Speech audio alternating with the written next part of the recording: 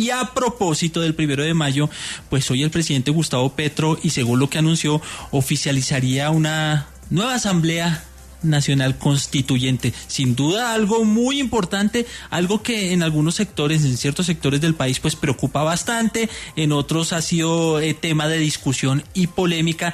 Laura Duarte, usted tiene invitados a esta hora sobre este tema. Sí, pero antes, Julián, permítame escuchar al presidente Gustavo Petro, quien aseguró que hoy haría ese anuncio desde Medellín. Escuchemos. Que es la hora de convocar a través de la firma ciudadana, en la cuantía que toca y como ordena la Constitución y la ley, una Asamblea Nacional Constituyente solo con dos propósitos: aprobar las reformas sociales en favor del pueblo que no quisieron aprobar en estos 4 años, y cambiar el sistema político de Colombia para que no genere más corrupción. Pues vamos a saludar a esta hora a Alfredo Mondragón, representante del Pacto Histórico, quien por supuesto hará parte de estas marchas de hoy 1 de mayo. Muy buenos días y bienvenido a los micrófonos de Caracol Radio. Hola, muy buenos días, gracias por la invitación. Saludar a toda la clase trabajadora del mundo y de Colombia, evidentemente. Y también nos conectamos a esta hora con Mauricio Toro, representante electo del partido Alianza Verde. Muy buenos días, representante. Muy buenos días a toda la audiencia, a ustedes por supuesto, y al doctor Mondragón, un saludo muy especial. Representante Alfredo Mondragón, el presidente Gustavo Petro dice que esta nueva convocatoria Asamblea Nacional Constituyente tiene dos propósitos: sacar las reformas sociales y cambiar el sistema político de Colombia. Pero pues a la interpretación de algunos sectores, pues las reformas sociales varias pasaron en el Congreso de la República, por ejemplo, la reforma laboral. Sí, y pues usted acaba de decir, pasó una reforma laboral que la machetearon realmente. Yo estoy preparando un proyecto de ley para limitar el uso de los contratos de prestación de servicios que hoy afectan tal vez a más de 1.500.000 trabajadores en el sector público como privado. Y cuando digo afecta, porque el instrumento del contrato de prestación de servicio podía ser un instrumento para facilitarle a trabajadores especializados trabajar en varias partes, pues lo que convirtió en una burla en los derechos laborales. Y eso fue uno de los elementos que sacaron de la reforma laboral, valorando positivamente lo que logramos mantener: recuperar derechos laborales a la juventud trabajadora, recuperar horas de recargo nocturno, porcentaje adicional cuando trabajan dominical y festivo. Pero, por ejemplo, de 3 reformas principales, que era la reforma pensional, laboral y la de salud, solamente pasa una supremamente recortada. Recuerde usted que yo fui ponente de todas estas reformas, y la reforma pensional, que la aprobamos en el Congreso de la República hace más de un año, pues de manera absurda, caprichosa, por un bloqueo contra Petro, todavía la tiene inmovilizada la Corte Constitucional. Es decir, un poder constitucional, un poder constituido, que está dominado básicamente por el pensamiento cercano a la política tradicional, toma la decisión que detiene la reforma pensional, que entre otros tiene un pilar solidario para garantizarle una renta básica, que no es una pensión, sí, pero es una renta básica para casi 3 millones de colombianos y colombianas adultos mayores que no se pudieron pensionar con el actual sistema que dejó Álvaro Uribe Vélez en su época, que era senador. Entonces, cuando usted me dice que no hay necesidad de reformas porque pasaron todas las reformas, no, estamos hablando solamente de 3, que son muchas más, ¿no? No se pudo avanzar de servicios públicos, y hoy le siguen sacando los ojos a la gente con tarifas de servicios públicos. Hoy se tiene frenado la ley ordinaria sobre jurisdicción agraria para lograr que en los conflictos de la tierra pues se le permita garantizar condiciones a los campesinos y a miles de personas que no tienen tierra. Entonces, pues yo creo que usted me está dando la razón. Lo que ha hecho el Congreso básicamente es impedir que haya reformas para los derechos sociales del pueblo.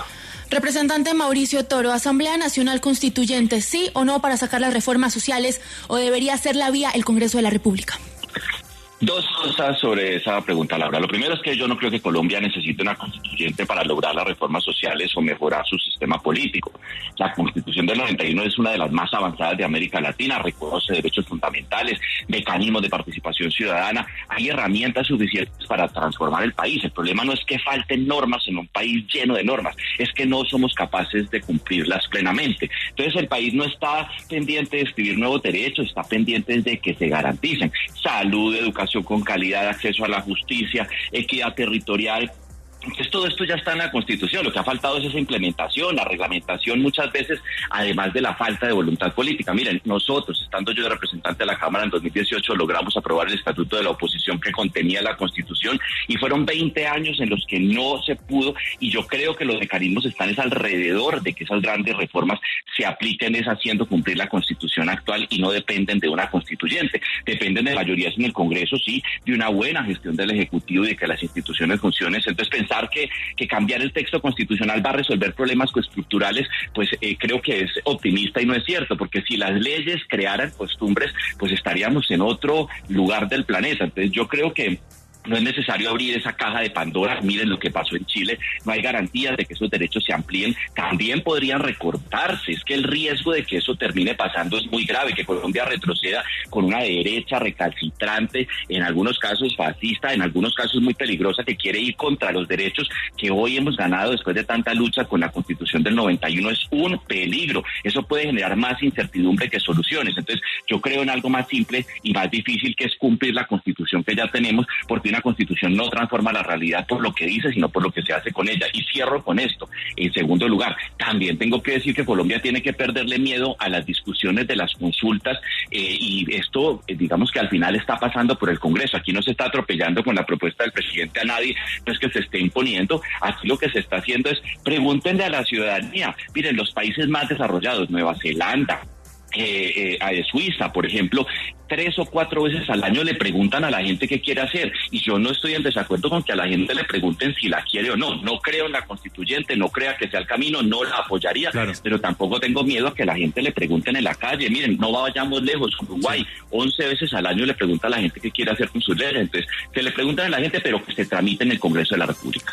Representante Mondragón, el Congreso en su independencia como poder público pues ha tramitado varias de estas reformas, como mencionaba Laura Daniela. Pasó la reforma laboral, la pensional está en la Corte, la reforma a la salud se cayó, pero pues son debates que se dan en el Congreso y es una decisión autónoma de un poder público.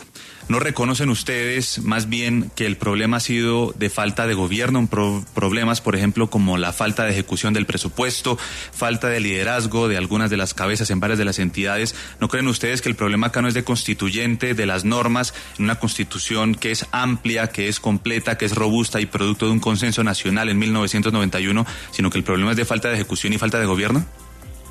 Bueno, yo creo que es el relato de la derecha en Colombia, que ha planteado que cuando ellos estaban con Uribe para buscar la reelección, sí tuvieron y no hubo ningún problema en modificarla, incluso con compra de votos.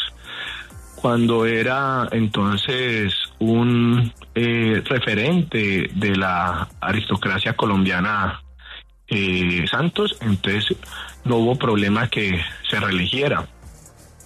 Cuando Paloma y otros del Centro Democrático estaban volviendo a proponer una consulta y constituyente otra vez para tratar de volver a traer a Uribe otra vez, entonces no había un escándalo.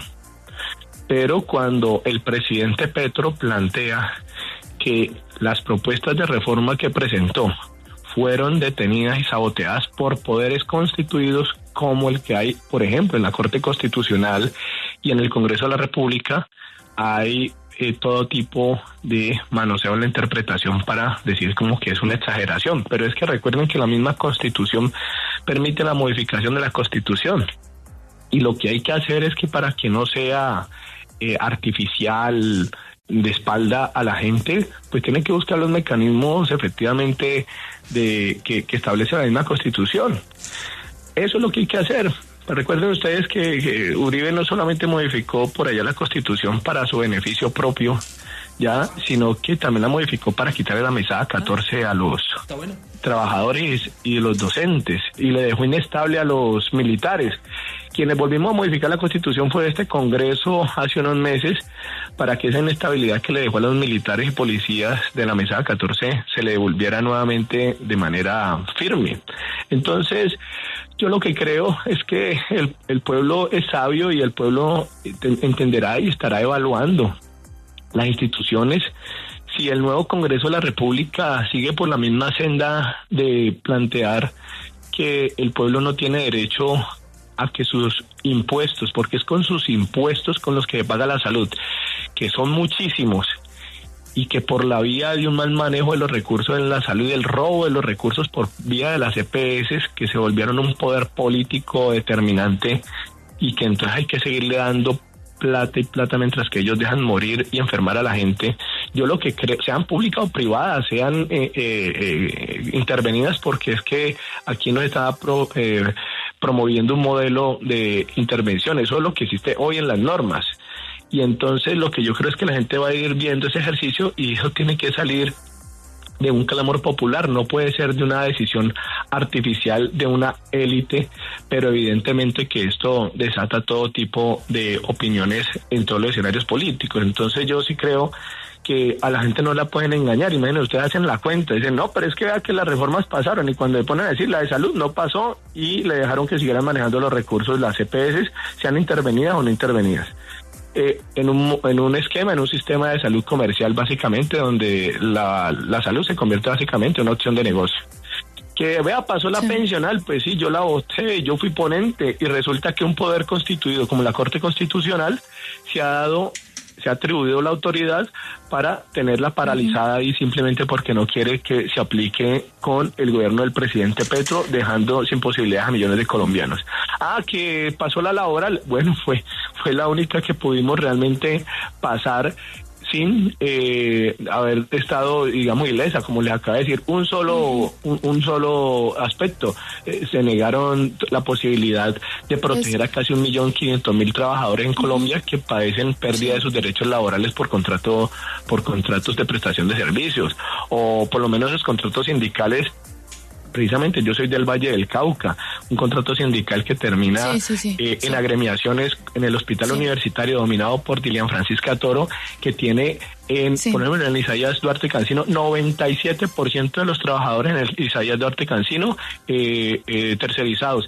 El 86% de los trabajadores en alta complejidad en el Valle con Dilian tercerizados. Entonces, esos elementos los permites porque la Constitución, la norma ha permitido que eso suceda, y no ha permitido el Congreso que eso avance. Así que yo creo que el pueblo es sabio y va también dándole órdenes a la clase política, o si no, tal vez lo sacará de lado a la clase política actual. Pues, representante, muy importante esa reforma laboral, por supuesto, para todos los trabajadores colombianos. Y quiero aprovechar que tenemos al representante electo Mauricio Toro para preguntarle, ¿usted qué piensa de las declaraciones que entregó recientemente el senador Ariel Ávila, quien aseguró que ningún congresista del Partido Alianza Verde podrá subirse en tarima con algún candidato presidencial que no sea Iván Cepeda, y que esto incluso pues podría generarles doble militancia y hasta la pérdida de su curul? ¿Qué opina usted de esto, por favor, muy concreto, representante?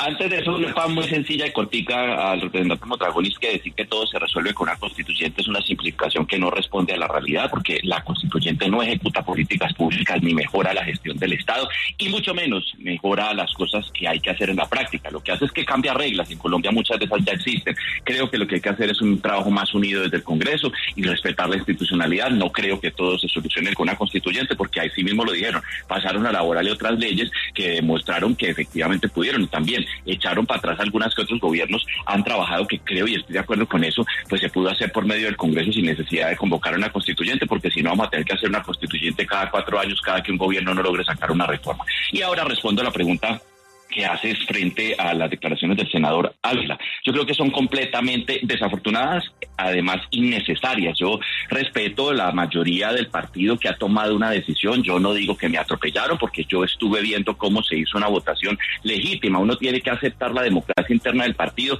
y no decir que cuando no le conviene, entonces simplemente hubo atropello y salir corriendo y renunciar al partido. Yo creo que los partidos se trabajan desde adentro, las peleas se dan desde adentro. Yo me acojo a la mayoría de la decisión que tomó el partido. partido, pero no creo que la forma del senador Ariel sea atropellar a quienes pensamos distinto dentro del partido y queríamos estar en otras campañas por lo menos a primera vuelta. Entonces es desafortunado, es amenazante, es lambón, innecesario, porque al final pues nosotros quienes estamos adentro respetamos las condiciones y las reglas del partido y era completamente necesario. Un partido ya tomó la decisión, nosotros la aceptamos, somos grandes, no somos niños chiquitos como para tener una madre rectora dando fuerte y amenazando a la gente simplemente para lucirse y quedar bien frente al presidente de la República ante quien él pues se ha abierto de piernas completas. Entonces yo veo desafortunado y no se hace amenazando, se hace construyendo consensos como se logró hacer en esa votación en ese momento, donde todos terminamos aceptando una realidad interna democrática del partido. Creo que está mal quienes creen que se tiene que salir corriendo del partido. Los partidos se conforman con personas que piensan distinto y dando la pelea desde adentro, ni saliendo a correr ni amenazando.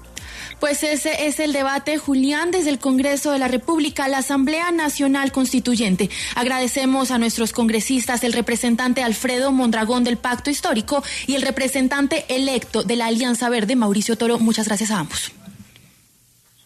Gracias.